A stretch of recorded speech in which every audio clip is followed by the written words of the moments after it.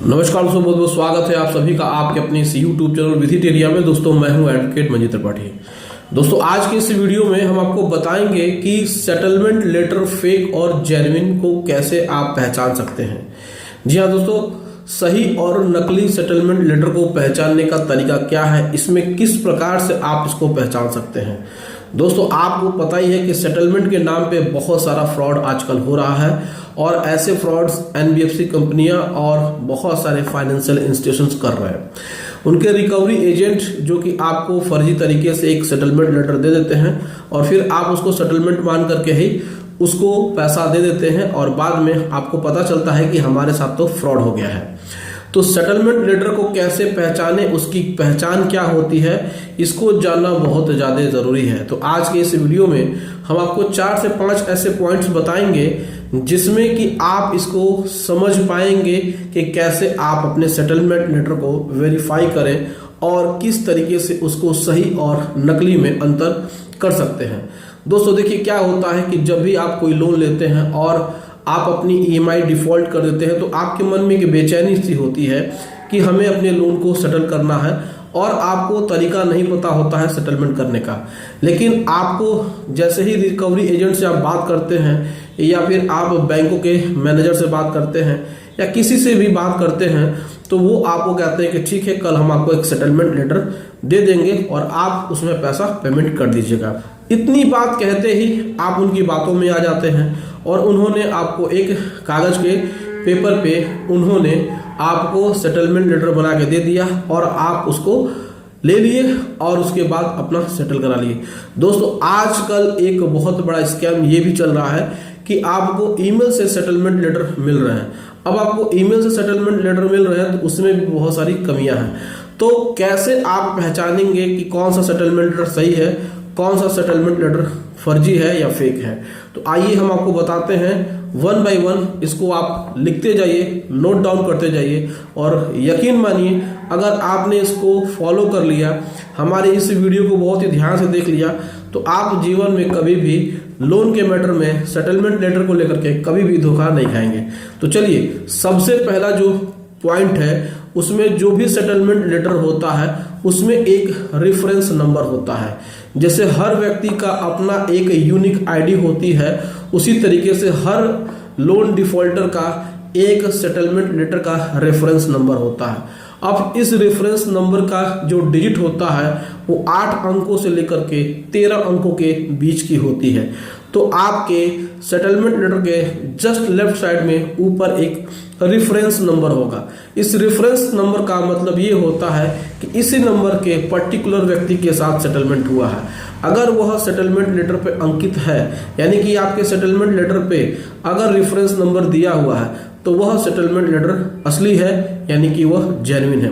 अगर वह नंबर नहीं है, रेफरेंस नंबर नहीं है, तो उसे फर्जी माना जाएगा। अब जो दूसरा इंपॉर्टेंट पॉइंट है वो है बैंक का लोगो। आपने देखा होगा कि बैंक वाले सादे पेज पे आपको एक लिख करके सेटलमेंट लेटर भेज देते हैं जिसमें कि बैंक का लोगो नहीं होता है। बैंक का लोगो होना बहुत ज्यादा जरूरी है।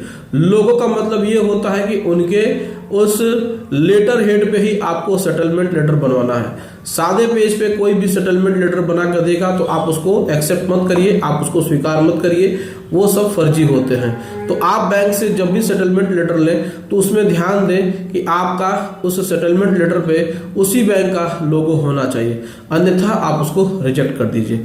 अब पॉइंट नंबर 3 पे आते हैं कि कैसे पहचानेंगे कि वह जो सेटलमेंट लेटर है वो जेन्युइन है या फेक है। तो उस पे जो भी सेटलमेंट करने का एथोराइज ऑफिसर होगा उसका सिग्नेचर होगा। बिना उसके क्लीन एंड क्लियर सिग्नेचर के आप उस लेटर को फर्जी ही मानिए, आप उसको जेन्युइन या सही मत मानिए। दोस्तों आजकल एक बहुत बड़ा स्कैम ये चला है कि आजकल आपको ईमेल के माध्यम से एक सेटलमेंट लेटर भेजा जा रहा है और उनका दावा ये होता है कि जब भी वो इलेक्ट्रॉनिक माध्यमों से यानी कि ईमेल के माध्यम से कोई भी सेटलमेंट लेटर भेजते हैं तो साइन कैसे कर सकते हैं, लेकिन यह वो गलत करते हैं क्योंकि बैंक एक बहुत बड़ी संस्था होती है और उसमें डिजिटल सिग्नेचर का राइट उनके पास होता है, तो उस पर वो डिजिटल सिग्नेचर भी कर सकते हैं। लेकिन हालांकि आपको बेवकूफ़ बनाना है, हालांकि आपको लूटना है, आपको मिसयूज करना है, कंफ्यूज करना है, आपके साथ धोखाधड़ी करनी है, इसीलिए वह उस पर साइन नहीं करते हैं। तो कोई भी डॉक्यूमेंट जिस पर किसी भी व्यक्ति का साइन नहीं होता है तो उसे इनकम्प्लीट माना जाता है।